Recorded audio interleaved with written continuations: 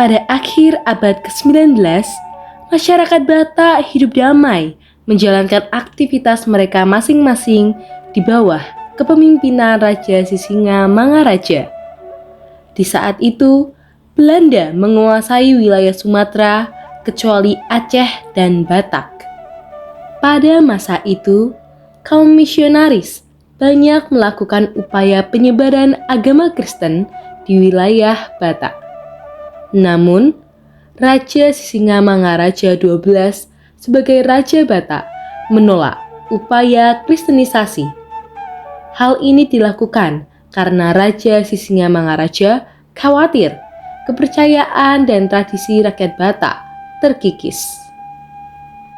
Wahai Raja, ritual ini sudah siap untuk Raja mulai. Rakyat Batak menunggu doa dan tuntunanmu. Baiklah, aku akan mulai ritual doa ini.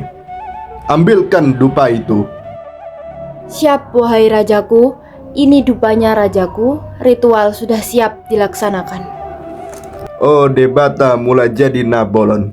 Sai jolma dohami, anak ni ompu. Sai tangkas dohami, mangjaga adat ni perempuan. Sai marsahala dohami tuh roham. Jala sai marpangi do tu roham. Jaga hami, jaga tano bata, jaga parmalim. Sai pasu-pasu hahami, sai jolo maroham tuhami, sai tumbak maroham tuhami, jala sai maroham mahami, tuna so maroham tu adat. Lalu, prajurit Batak itu pun muncul dengan tergesa-gesa menemui sang raja. Lapor Raja, Belanda mulai memasuki wilayah kita dan menyebarkan agama mereka. Apa? Belanda? Mereka berani menyebarkan agama mereka di tanah kami yang sudah dijaga oleh nenek moyang sejak dulu? Berani sekali mereka. Rajaku, kita tidak bisa membiarkan ini. Jika terus dibiarkan, takut akan menghilangkan tradisi yang sudah ada dan mengubah bentuk kesatuan negeri yang sudah turun-temurun ini. Benar Raja, apa yang harus kami lakukan? Mohon beri perintahmu. Kalau begitu, kita harus segera menyebarkan dan memberitahu rakyat untuk mengusir Zending dari tanah ini. Baik Raja. Para prajurit itu mendatangi misionaris yang sedang berjalan untuk menyebarkan agama mereka. Hei orang asing, apa yang kamu lakukan di sini? Saya adalah Zending yang diutus untuk menyampaikan firman Tuhan, membawa terang bagi mereka yang belum mengenal Injil. Di sini, jiwa kami dijaga oleh Parmalim dan adat leluhur nenek moyang. Kau telah melewati batas, pergi dari sini. Saya di sini hanya menyebarkan jalan yang terang dan baik. Saya sudah memiliki izin dari pemerintah kolonial. Izinmu tidak berlaku di sini.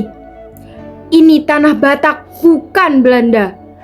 Tanah ini dijaga oleh roh nenek moyang dan adat. Pergi dari sini sebelum kami paksa. Baik, saya akan pergi. Para prajurit mengusir para misionaris dari tanah mereka. Menanggapi pengusiran tersebut, para misionaris meminta perlindungan dari pemerintah kolonial Belanda.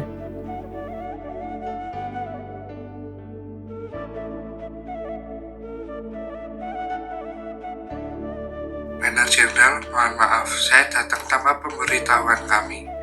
Para Zending mengalami penolakan keras dari masyarakat Batak. Mereka mengusir kami dari desa-desa, bahkan ada yang mengancam dengan senjata tradisional.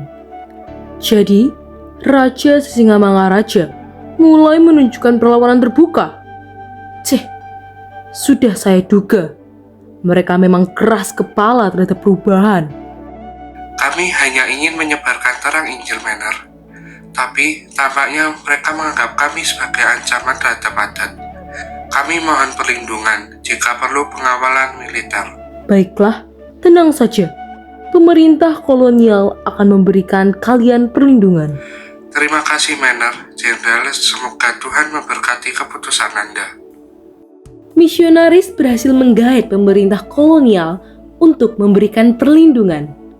Di samping itu, ini juga menjadi taktik Belanda menunggu Singamangaraja untuk menyerang, agar bisa mengklaim bahwa kerajaan Batak yang memulai perang. Ini juga sejalan dengan politik pasifikasi. Lapor Raja, pasukan Belanda telah tiba di perbatasan kita dan bergabung dengan kaum Zending. Apa? Kalau begitu, aku, Raja Sisingamangaraja ke-12, menyatakan perang terhadap Belanda. Segera persiapkan pasukan. Kita akan melakukan penyerangan ke pos-pos Belanda. Horas! Demi Raja! Demi Tanah Batak! Setelah deklarasi digaungkan, kerajaan Batak dan Belanda saling berperang dan keduanya berjalan seimbang. Hingga pasukan Raja Sisingamangaraja menyerang pos Belanda di daerah Lobu Tolu. Serang! Demi Raja! Demi Tanah Batak! Horas! Demi Raja! Jangan berikan mereka waktu! Rebut pos ini! Terjadi pertempuran sengit antara pasukan Batak dengan pasukan Belanda. Suara tembakan terdengar dan tombak beradu dengan senapan. Suasana kacau hingga pasukan Belanda memutuskan untuk mundur. Mereka terlalu kuat dan berani. Aku harus mundur dan lapor kepada Menir. Kita berhasil! Hidup Raja! Hidup Tanah Batak! Horas! Pertempuran telah berubah arus menjadi kerajaan Batak yang memimpin. Namun, Belanda tidak tinggal diam. Kemenangan Batak di Lobu Tolu membuat Belanda murka. Di markas besar, Jenderal Belanda berdiri di hadapan prajurit yang kalah. Wajahnya merah padam oleh amarah. Prajurit yang kalah berlutut di hadapannya. Tubuh penuh debu dan peluh, melapor dengan suara gemetar. Lapor Menir Jenderal, pasukan Sisingamangaraja menduduki daerah di Lobu Tolu dan menyerang pasukan kita. Onmoglik, mustahil bangsa Batak itu bisa mengalahkan Netherlands. Mereka hanya punya tombak dan kita memiliki senapan. Kalian membuat malu bangsa kita. Baiklah, datangkan bala bantuan. Kirim utusan ke Padang. Minta pasukan tambahan, senjata, dan logistik. Aku tidak akan membiarkan para Englander merayakan kemenangan terlalu lama. Siap Jenderal, kami akan mengabarkan dan meminta bala bantuan. Bala bantuan datang dengan persediaan logistik yang baru dan dengan segera Jenderal memerintahkan mereka untuk menguasai Lobu Tolu. Pertempuran sengit terjadi dan membuat pasukan Raja Sisingamangaraja harus mundur. Setelah pertempuran itu selesai, prajurit itu kembali melapor kepada Jenderal. Lapor Menir Jenderal, kami berhasil menguasai kembali daerah Lobu Tolu. Bagus, karena mereka sudah bergerak dan memberikan kerusakan pada kita balas mereka. Soldat, persiapkan pasukan kita. Kita akan menyerang Bakara. Siap laksanakan Menir Jenderal. Lalu pasukan Belanda melancarkan serangan di daerah Bakara, pusat kedudukan dan pemerintahan kerajaan Batak.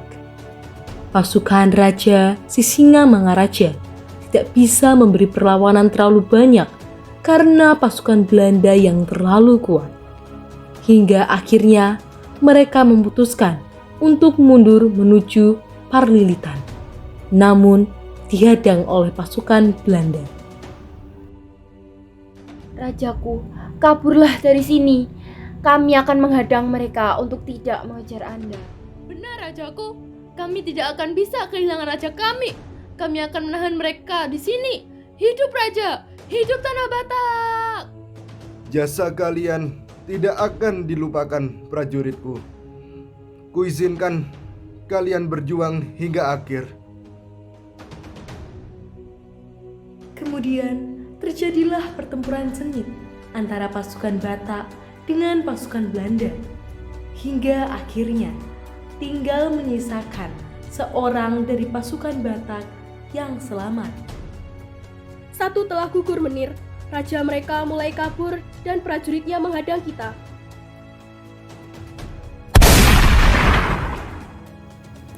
Katakan, Ikhlander, di mana raja kalian kabur, dan kami akan mengampunimu untuk menjadi anjing kami. Demi Debata, demi Raja, kami tidak akan pernah mengkhianati tanah Batak milik leluhur. Horas! Baiklah kalau itu keinginanmu, Ikhlander. Menir Jenderal, bagaimana kita akan mencari raja mereka? Dia pasti tidak lari jauh dari sini. Beritahu kepada seluruh prajurit, kita akan melanjutkan kampanye kita menuju Tapanuli Utara. Siap, Menir. Setelah pengepungan di kota Bakara, Belanda melanjutkan penyerangan menuju Tapanuli Utara. Belanda mendatangkan bantuan lagi untuk menguasai daerah Batak sepenuhnya dan terus melacak Raja Batak. Raja Sisingamangaraja tidak tinggal diam dan menyerah. Dia tetap melawan Belanda dengan taktik gerilya hingga akhirnya Raja Sisingamangaraja berhasil disudutkan oleh pasukan Belanda di daerah Dairi. Kofutom, akhirnya aku menemukanmu. Hentikan perjuanganmu, menyerahlah, dan jadilah Honton Ikhlander yang baik untuk Nederlands. Tidak akan. Aku tidak akan pernah tunduk kepada Belanda. Horas, demi Debata, demi tanah Batak, aku rela gugur. Agnes, maka kamu akan mati di sini. Perlawananmu akan berakhir dan tanah Batak akan kami kuasai.